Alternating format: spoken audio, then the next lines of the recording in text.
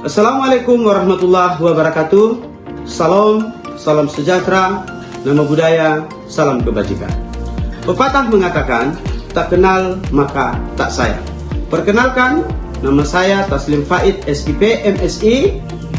Saya adalah salah satu dosen pada program studi Administrasi Publik Universitas 19 November Kolaka.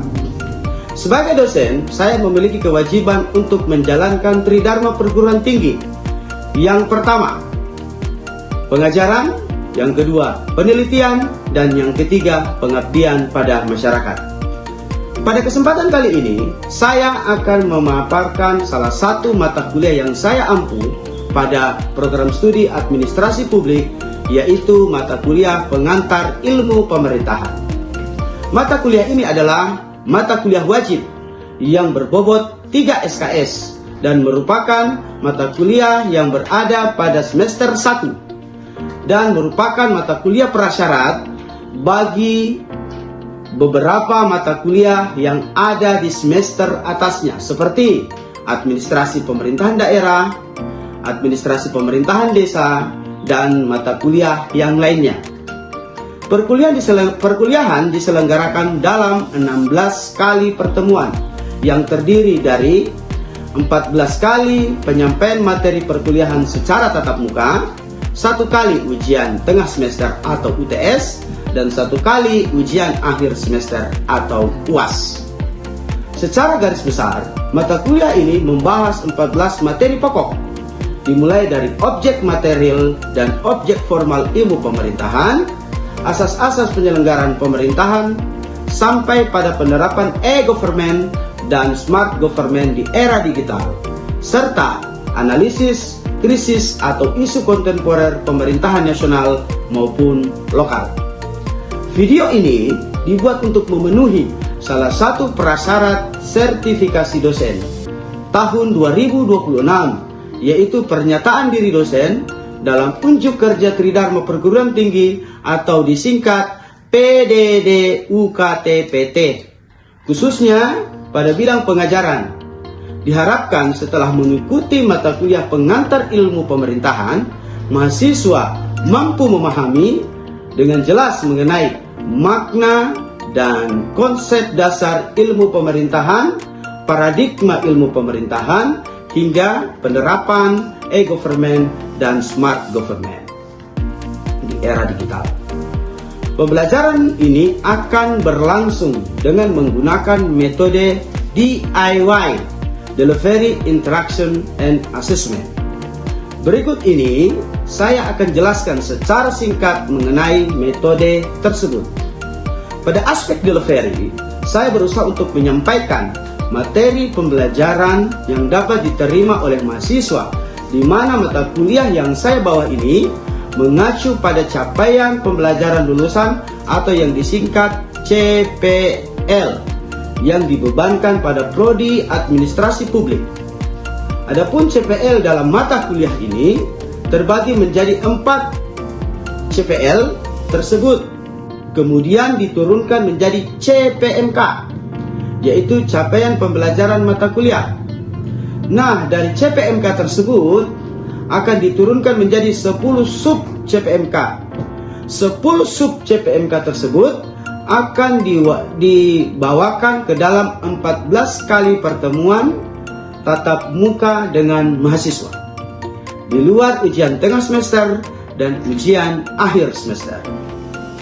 Capaian pembelajaran mata kuliah atau CPMK yang diharapkan antara lain: CPMK 1, mahasiswa mampu memahami ruang lingkup, hakikat, sejarah perkembangan, dan posisi ilmu pemerintahan di antara ilmu-ilmu sosial lainnya. CPMK 2, mahasiswa mampu menganalisis asas-asas sistem, fungsi, dan struktur kelembagaan pemerintahan nasional maupun komparatif.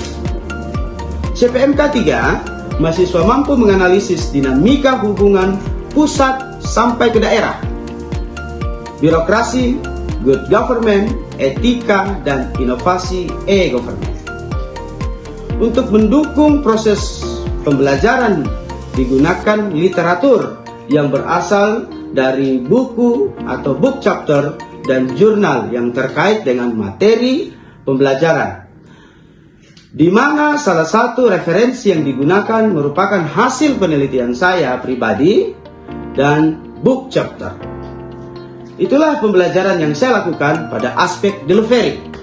Berikutnya pada aspek interaction, yaitu bagaimana dosen melakukan interaksi dengan mahasiswa dalam proses pembelajaran. Untuk mencapai capaian pembelajaran, saya menggunakan metode SLC, yakni Standard Learning Center, untuk berinteraksi dengan peserta didik, di mana dalam sistem ini mahasiswa merupakan subjek dari pembelajaran sehingga mereka dapat mengembangkan diri secara kreatif, inovatif, dan mandiri.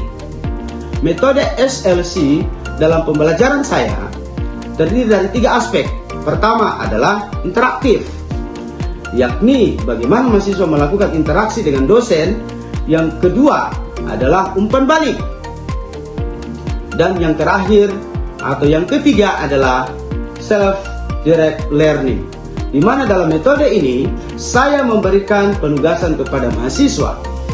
Mahasiswa diberikan tugas untuk membaca buku atau referensi-referensi yang berkaitan dengan materi dan melakukan resume terhadap buku tersebut. Aspek yang terakhir dalam metode pembelajaran saya adalah aspek di mana saya memberikan penilaian kepada mahasiswa secara objektif berdasarkan kriteria sebagai berikut: kehadiran 10%, tugas 10%, keaktifan dalam kelas 15%, UTS atau ujian setengah semester 20%, ujian akhir semester atau UAS 25%, dan attitude 20%. Asesmen ini berlangsung secara transparan dan diketahui oleh seluruh mahasiswa. Demikianlah tadi pembelajaran saya yang saya lakukan dengan menggunakan metode DIY atau Delivery, Interaction, and Assessment. Berikutnya saya akan menampilkan proses pembelajaran tatap muka saya bersama mahasiswa pada mata kuliah pengantar ilmu pemerintahan. Silahkan menyaksikan. Terima kasih.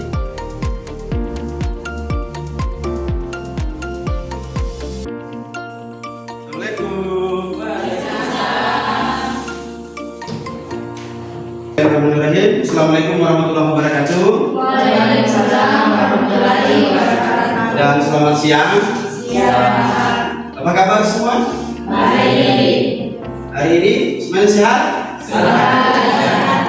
Oke, hari ini kita akan melanjutkan pertemuan kita minggu lalu terkait dengan mata kuliah pengantar ilmu pemerintahan. Tapi sebelum kita memulai, alangkah baiknya segala sesuatu kita mulai dengan berdoa. Untuk itu kita berdoa menurut keyakinan kita masing-masing. Berdoa dimulai.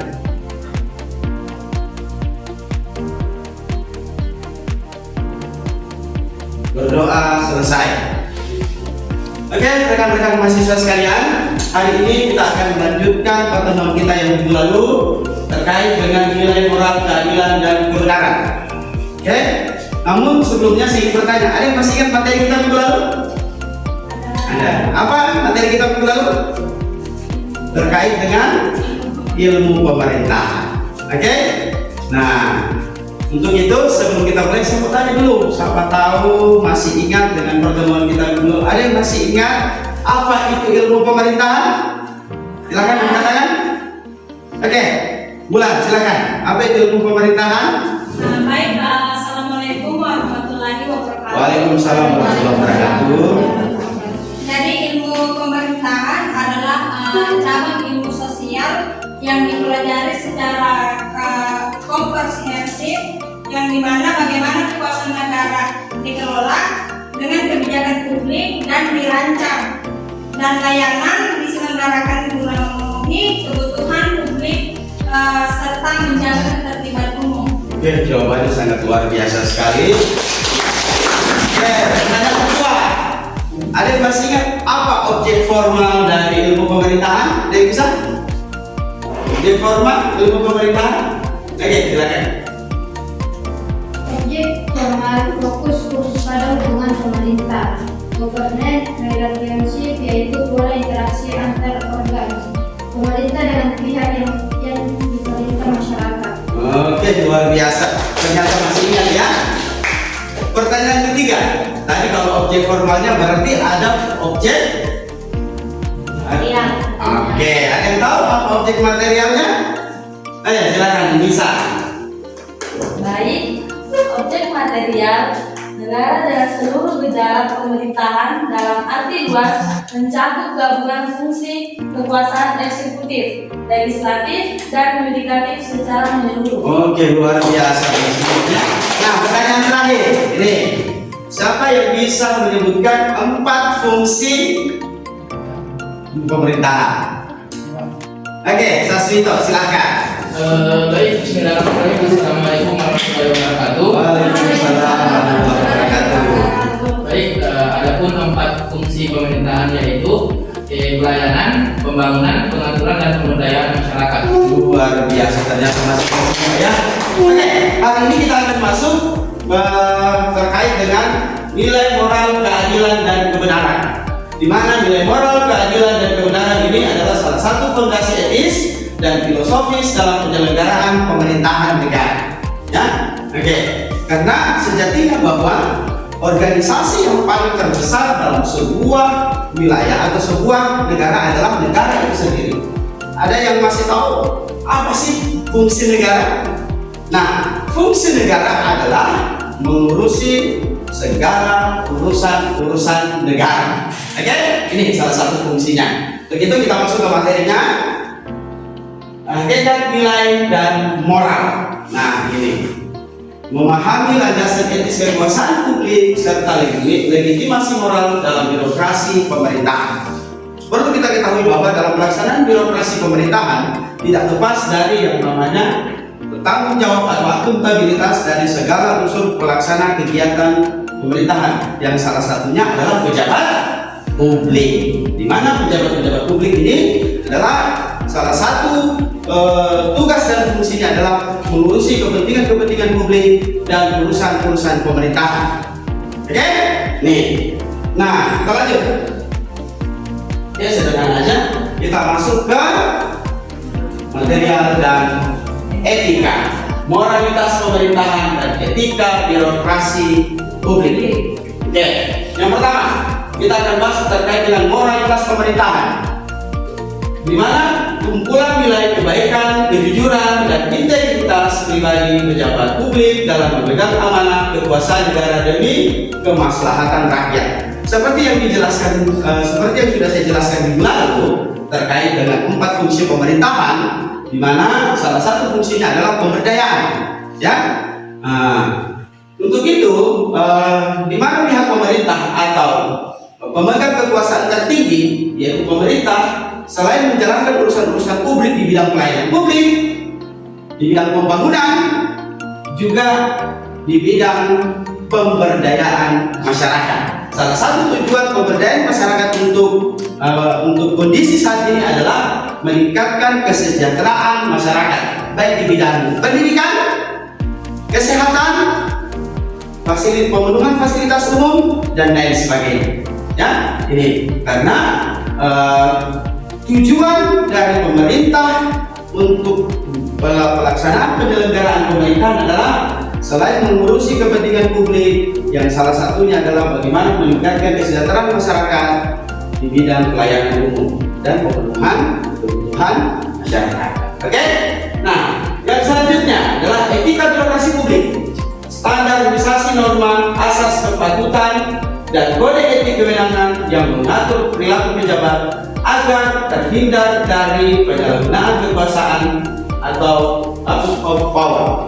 Nah, untuk etika birokrasi publik, pemerintah dituntut untuk merancang atau merumuskan serta menetapkan yang namanya formulasi kebijakan publik. Nah, pertanyaannya adalah, ada yang tahu apa itu kebijakan? Oke, silakan Saswito. Kebijakan adalah peraturan yang disusun oleh pemerintah untuk mengatur sebuah masyarakat. Oke, luar biasa ya jawabannya.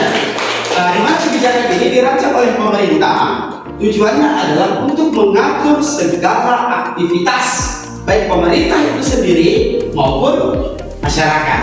Ya, jadi kita hidup berbangsa dan bernegara, bahkan di lingkungan sosial kita semua diatur oleh peraturan perundang-undangan. Namun sejatinya peraturan itu ada dua, ada yang tertulis, ada yang tidak tertulis. Nah, kalau yang tertulis adalah segala sesuatu kebijakan yang ditetapkan oleh pemerintah melalui perundang-undangan.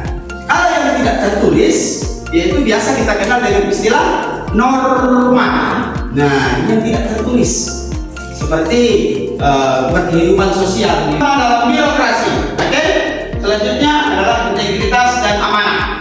Nih, integritas dan amanah penyelenggara pemerintahan wajib menjunjung tinggi kejujuran dan kejenihan etikat dalam setiap pengambilan keputusan publik. Dan yang kedua adalah akuntabilitas dan transparansi menjadi pilar utama untuk menjaga norma kesucian serta kepercayaan masyarakat terhadap lembaga negara. Jadi, dalam pelaksanaan kegiatan pemerintahan melalui moral utama birokrasi harus memiliki yang pertama integritas dan yang kedua amanah. Nah, yang menjadi pertanyaan adalah apa sih itu integritas? Nih. Dan yang kedua, seperti apa amanah yang harus diemban oleh setiap pelaksana pemangku kepentingan atau pemerintah itu sendiri?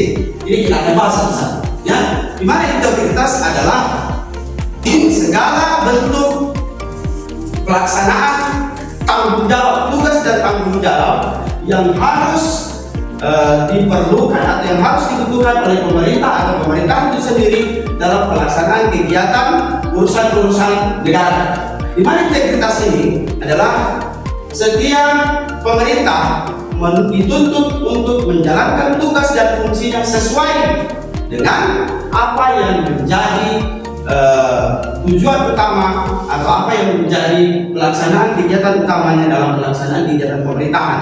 Di mana integritas ini harus dijunjung tinggi oleh setiap pelaksana kegiatan dalam setiap pelaksana tugas dan tanggung jawabnya. Dengan berintegritas, segala bentuk kepercayaan publik akan sepenuhnya diberikan oleh pemerintah. Nih, dan yang kedua amanah. Yang mana sih itu amanah? Ya, amanah selain jujur dan juga harus adil. Ini amanah, ya. Selain jujur juga harus adil. Itu amanah. Nah, kenapa amanah ini perlu diemban atau perlu dipegang oleh para pemangku kepentingan atau para pemerintah itu sendiri? Dengan ini akan menumbuhkan kepercayaan publik secara utuh dan menyeluruh. Karena sekarang, ya, kepercayaan publik kepada pemerintah itu sudah berkurang. Maka dari itu, dengan adanya integritas dan amanah ini, maka kepercayaan publik akan terus meningkat dan terus bertambah kepada pemerintah. Oke, kita next ya, lanjut. Nah, ini pilar tata kelola etis. Yang pertama, moralitas. Yang kedua, keadilan. Dan yang ketiga, kebenaran. Oke, kita mau masuk satu-satu. Moralitas, komitmen pribadi dan kelembagaan untuk bertindak berdasarkan standar etika, kesesuaian dan kewenangan murni. Yang kedua, keadilan, di mana keadilan pemerataan pelayanan publik, kesetaraan di hadapan hukum, serta perlakuan adil tanpa diskriminasi. Dan yang ketiga adalah kebenaran, di mana kebenaran ini adalah kesesuaian tindakan dengan data faktual, kepatuhan hukum, substantif, serta objektivitas kebijakan publik. Jadi segala sesuatu aktivitas pelaksanaan kegiatan pemerintahan harus dilandasi atau harus berdasarkan pada kebijakan publik yang ditetapkan oleh pemerintah. Di mana kebijakan ini sifatnya ada banyak, yang salah satunya adalah sebagai landasan hukum atau payung hukum dalam pelaksanaan kegiatan unsur-unsur pemerintah, baik pemerintah kepada masyarakat atau kepada publik, maupun juga dari publik atau dari masyarakat kepada pemerintah. Nah, kita ambil contoh dalam penyelenggaraan pelayanan publik. Dalam penyelenggaraan pelayanan publik kita biasa diperhadapkan dengan pelaksana kegiatan publik atau pelaksana kegiatan pelayanan yang diberikan oleh pemerintah atau lembaga kepada masyarakat. Apa yang kita biasa dapatkan dalam penyelenggaraan pelayanan publik? Yang Membuat KTP. Membuat KTP. Yang pertama adalah informasi. Itu yang kita butuhkan, ya. Informasi dalam pelaksanaan pelayanan. Itu yang dibutuhkan oleh masyarakat adalah informasinya dulu. Ini, misalkan dalam pelayanan ini ketentuannya atau syarat administrasinya apa, gitu, ya. Jadi informasi dulu yang kita butuhkan. Selain informasi apa? Kemudahan. Kemudahan apa? Kemudahan dalam mendapatkan akses layanan. Oke? Yang ketiga, yaitu tidak berbelit-belit atau tidak adanya unsur ketidakjelasan. Oke? Dan yang terakhir adanya keadilan dalam memberikan pelayanan publik. Oke? Dari pejabat publik atau dari penyelenggara pemberi layanan kepada publik atau kepada masyarakat. Oke, sampai di sini ada pertanyaan? Silakan tunjuk tangan. Oke, silakan Saswito.